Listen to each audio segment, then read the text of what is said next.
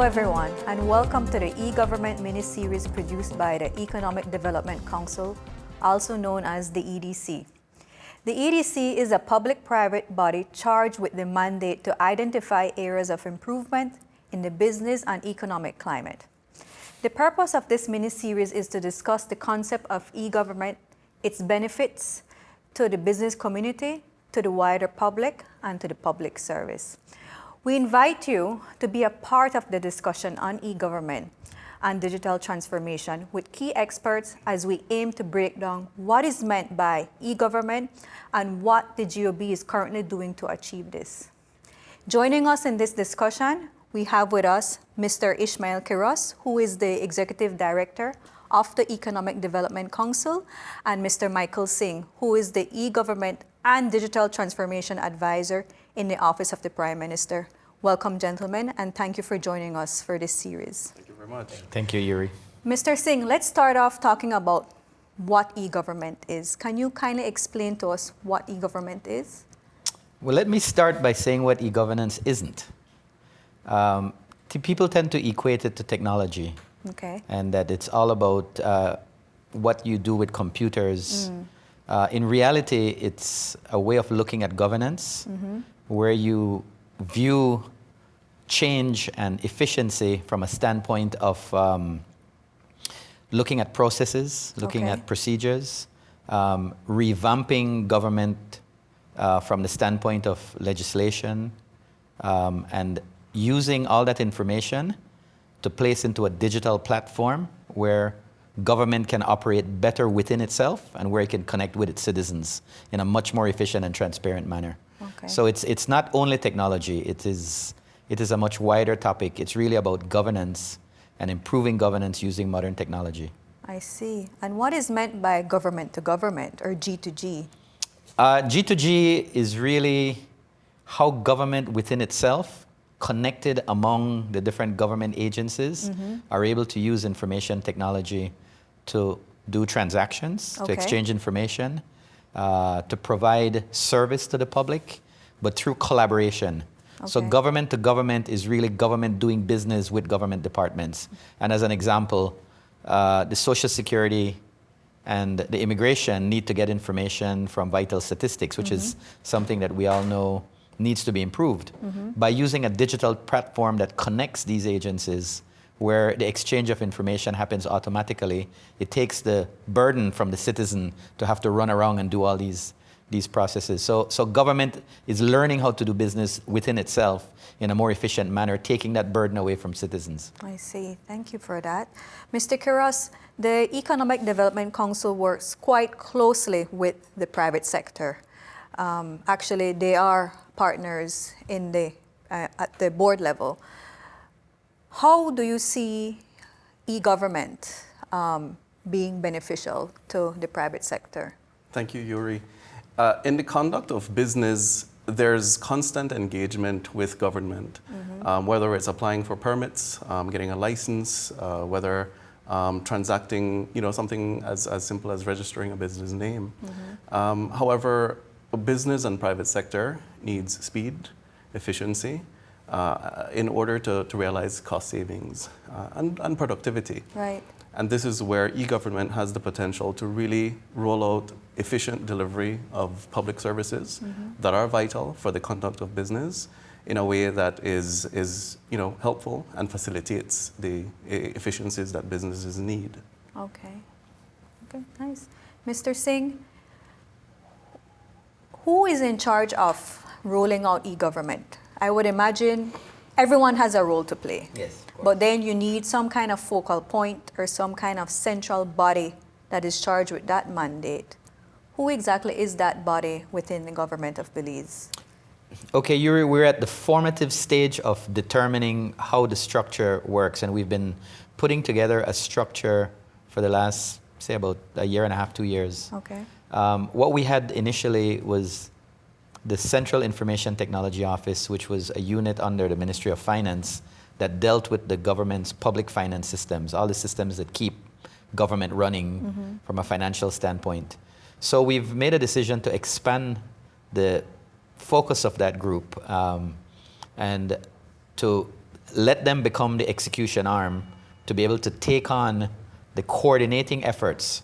In reality, each ministry and each government unit is going to have to take on their own projects, but we are using CETO to serve as a coordinator to make sure that it falls in line with the overall strategy, that the standards, the policies, and all the different pieces that make technology work together are developed and are communicated to these departments so that when they develop their own systems for interoperability among government and for connection to the citizen, that all those standards are met. So CETO, the Central Information Technology Office, is really going to be focused as a coordinator of these policies, to be able to be a consultant. Okay. Within government, we're talking about G2G, where each government department is a client. Right. CETO then becomes a consultant to help those government departments to get to the level that they Along want their to way. be able to connect. So yes, quick answer to your question, really it's a collaboration between the Office of the Prime Minister along with CETO and collaboration among all the different ministries to be able to pull it off. Right. I would imagine there is also some kind of plan or roadmap or strategy in place to guide the work that needs to happen. I mean, there are so many different ways and so many different things that you need to see happen within e-government. Does such a plan exist? Oh, yes, of course. And there's some baseline items that need to be addressed to make sure that we have the infrastructure in place. Okay. CETO is well poised to do it because, as you may know, with the ISO certification that CETO has, the quality of work and the level of security that they're able to offer as a consultant to government and as a host of many of these applications is probably some of the best in the country. Okay. But to be able to make it work, it means that CETO has to build relationships with each of these government departments, which is one of the first things we have to do. The relationship building so that there's a trust being built that some agencies would be willing to hand over access and even control in some instances to their ICT systems so that it can be integrated. There are many other things that have to be done from a baseline. We have to ensure that we have the right technological platform. Fortunately, with the rollout of Digi's countrywide fiber, we're able to build a backbone upon which we can carry a lot of these transactions and traffic securely. So that's put us in a position where that baseline is covered. We don't have to rebuild a wide area network. It's already there. And the speeds are very good and affordable. We also need to think about how people will transact with government. How do you exchange money? Services need to be paid for. So we have to be able to bring in financial institutions, the central bank, and to develop payment systems through a gateway whereby payment for services can be done very efficiently. We also need to make sure that the facilities to make people interoperable are there. By interoperable, you mean? The connections between agencies. Okay. For instance, under the new Belize tax services regime that was recently created, there is going to be new technology that will then connect all the revenue areas throughout government so that we can share information between, say, customs, GST, income tax, lands department, so that there's one view of revenue. Okay. And there's one view of the taxpayer. So that if you're dealing with serving that taxpayer, we're looking at them from one standpoint as opposed to many different agencies looking at them differently and not speaking to each other. So that interoperable framework is something that we have to build. And that's really a technological framework, but it's also a legislative and procedural framework. So we have to have an agreement as to what information we're going to exchange, on what basis, what is it going to be used for. We also need to look at many of our systems in government and make sure that we upgrade them to be able to meet the new standards that we're trying to achieve. So several agencies have legacy ICT systems. The Belize Tax Services is one of them. The tax system we use to manage our taxation system is very old. So we are now upgrading that to a more robust, modern e-filing system that can speak to other systems within government. And we're hoping to do that with just about every system. We need immigration system to speak to vital statistics. Yeah. We need vital statistics to speak to Social Security. The police needs to be able to access information for crime control. So that interoperability framework is something that we have to do. Yeah. Then we need to upgrade systems to be able to ride on top of it.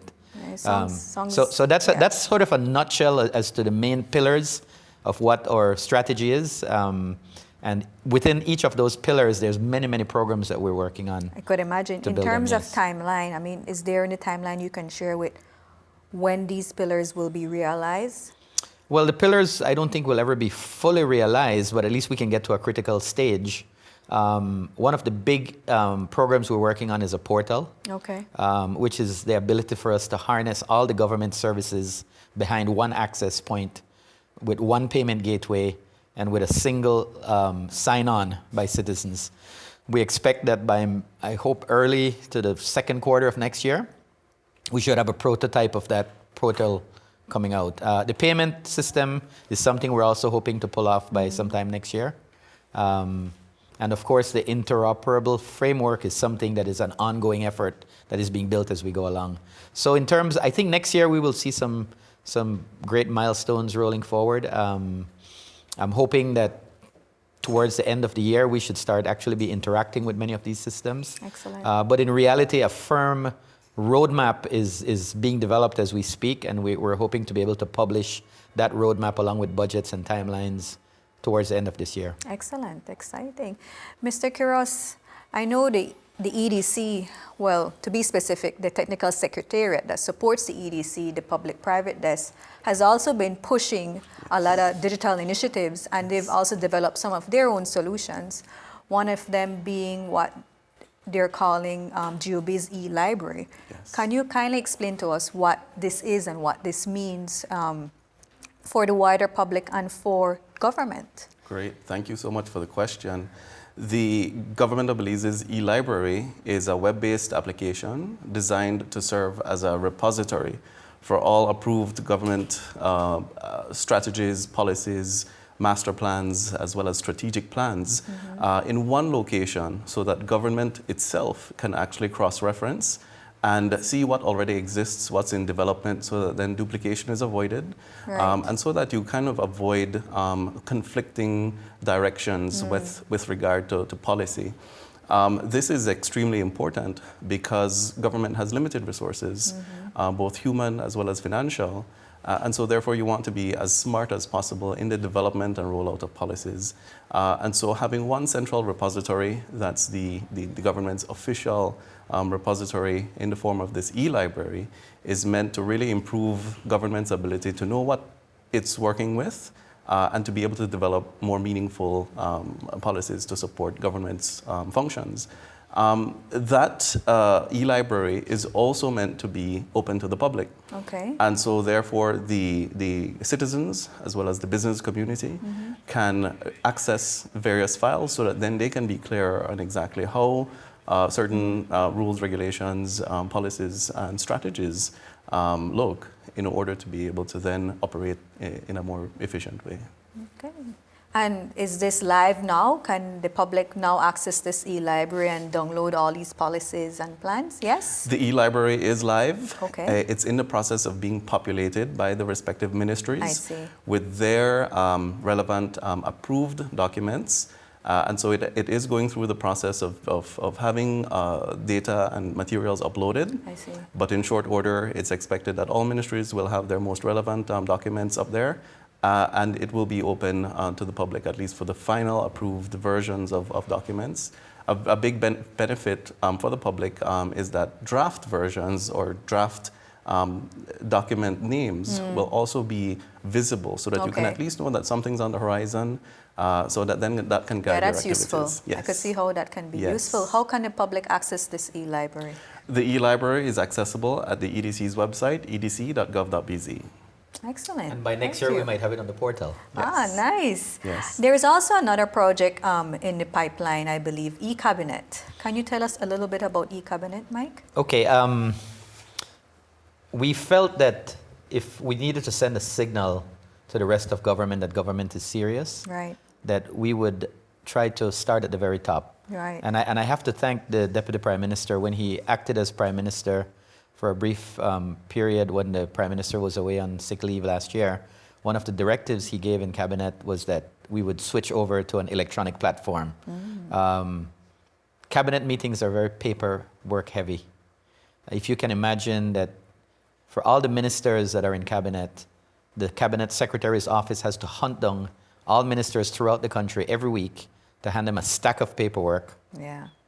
that has to be delivered to, if they're in Dangriga or they're in Punta Gorda, they have to find them and get them the stack of paperwork that they need to read and go through.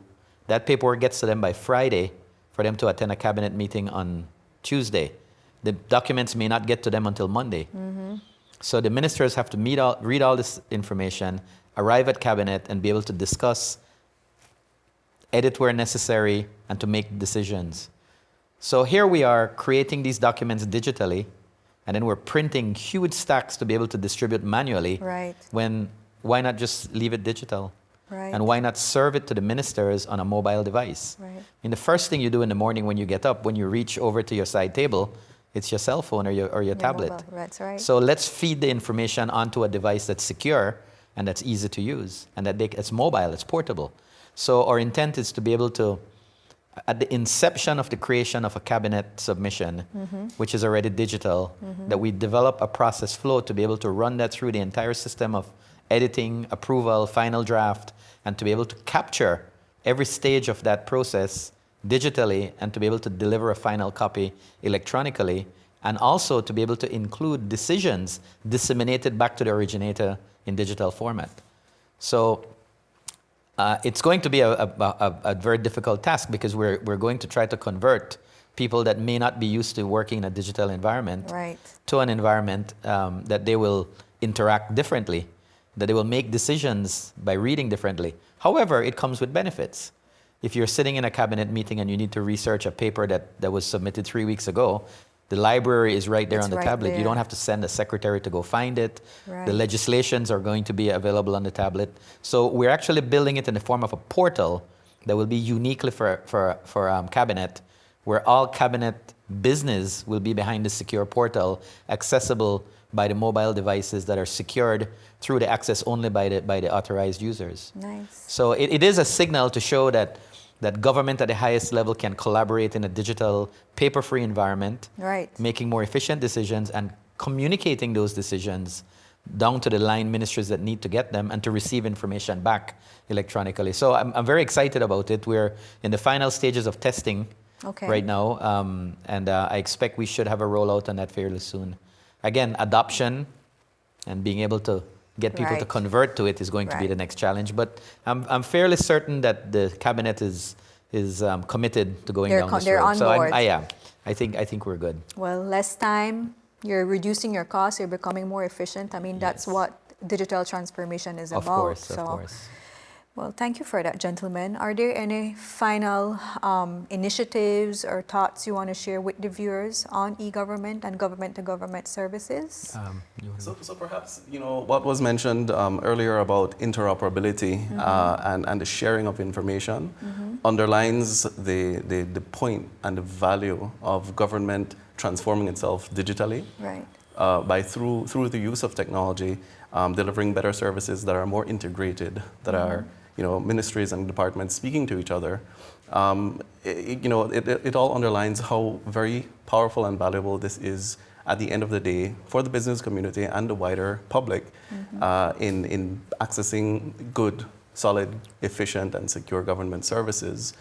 The idea is to save time, save cost, and be more convenient, in accessing government services. And so that interoperability, the integration, the better communication within government, government working and delivering services to itself, ultimately translates into an improved service delivery to the end user. Absolutely. Mr. Singh? Well, I wanted to bring up a point. I was listening to a podcast the other day, and they were speaking about the trend where people are going in terms of how they interact, not just with each other, but with business and the expectations. And we hear about Generation Y, the millennials, and the speaker made a point that Generation Y or the millennials are not tech savvy; they're tech addicted.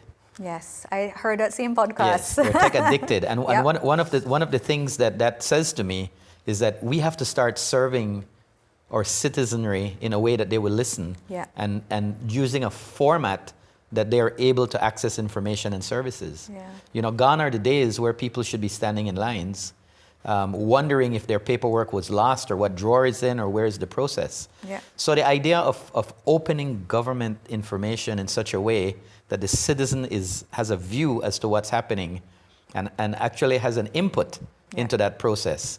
So the citizen knows that I'm not going to get that permit because I'm missing a document that I can upload electronically. Or within government, a citizen doesn't have to go to multiple offices. In Estonia, there's a principle that they call the once only principle, which means that there's actually a law that says that the citizen should not be asked for the same information about their identity more than once. Right. So once it's stored within a system, then as long as you go to a government office, which is an agent for that ID accessibility, then you don't have to present that information over and over. Why is it that you should be going to Vital Statistics to pick up a paper birth certificate, which was digital before, to walk it over to immigration, to submit to them, to get a paper document when both those organizations should be speaking to each other? So it's a way of looking at government differently and considering that it should be at the convenience of the citizen. Yep. That's what e-governance is all about. It also provides a level of transparency, accountability. It means that officers have to behave in a way where they know that they're being observed and that their work is being observed by the end beneficiary of that work. So if I have a land document that I need to file, I shouldn't be sitting around wondering where the process is. I should be able to look on my mobile device and track exactly whose Where desk it it's is. on, what's the next step, and when am I going to get it? Because that's what, at the end of the day, that's what we want to know. Right. That's what makes business happen. That's what makes transactions happen. Right. If there's a delay in me getting my title because it's sitting on somebody's desk, then there's a delay in the bank issuing a loan. There's a delay in the contractor getting the contract. There's a delay in the hardware store selling the material, and it goes on and on and on. So the cost of inefficiency is something that we have to think about. Not to mention the cost on your psyche if you're frustrated all the time standing in lines in government offices. So it's not a matter of displacing government offices, it's a matter of making life better for the citizen. Making it better, yeah. And that's to me the big gains we get from using modern technology and going along the trend of where people are wanting to interact. It actually takes the burden from government, makes our governance a lot easier. It really does. And that is the bottom line. At the end of the day, e-government makes your working environment easier, and working environment easier for everyone at every level. So I think that's a very important point to highlight. And Yuri, it's not just transactional. You know, we tend to think of e-governance in terms of interacting in transactions. A lot of it has to do with just the sheer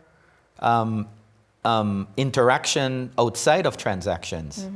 You know, you think about what it costs somebody from a remote village to have to take a bus to go to Belmopan to go get a permit, and then have to wait in line, and then they tell them the permit's not ready yet because the guy who was supposed to sign it isn't here, so you need to go back and then take the bus again the third time. Now, the amount of things that's being held up for the person on the bus, it's ridiculous.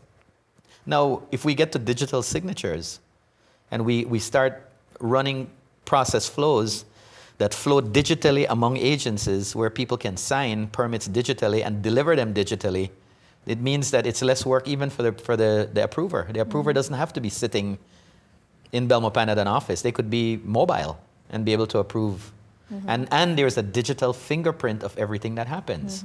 So if you need to go back and track and trace, the traceability that comes from it means that if ever something goes wrong, whether it's by design or whether it's by accident, if something goes wrong, you're able to go back and trace and track those fingerprints to see who did what. Yeah. So it opens so many possibilities for better governance. And as I said, it's not about the technology, it's about the governance. It's about the process and about the people. Yes, better governance. That's what digital transformation is about. Well, thank you, gentlemen, for that really exciting discussion. Viewers, we've now come to the end of the Government to Government series. We've learned quite a lot today. We learned what e-government is. It's not just about technology, it's about making the processes better and more efficient, and also transforming the working environment for the employees and for how other departments work. We also learned a lot of exciting projects upcoming and happening within the Government of Belize. There's the e-library, there's the e-cabinet, and there's a lot of other projects happening in the horizon soon. We invite you to join us for the other upcoming series, the Government to Employees, the Government to Business, and the Government to Citizens. Thank you.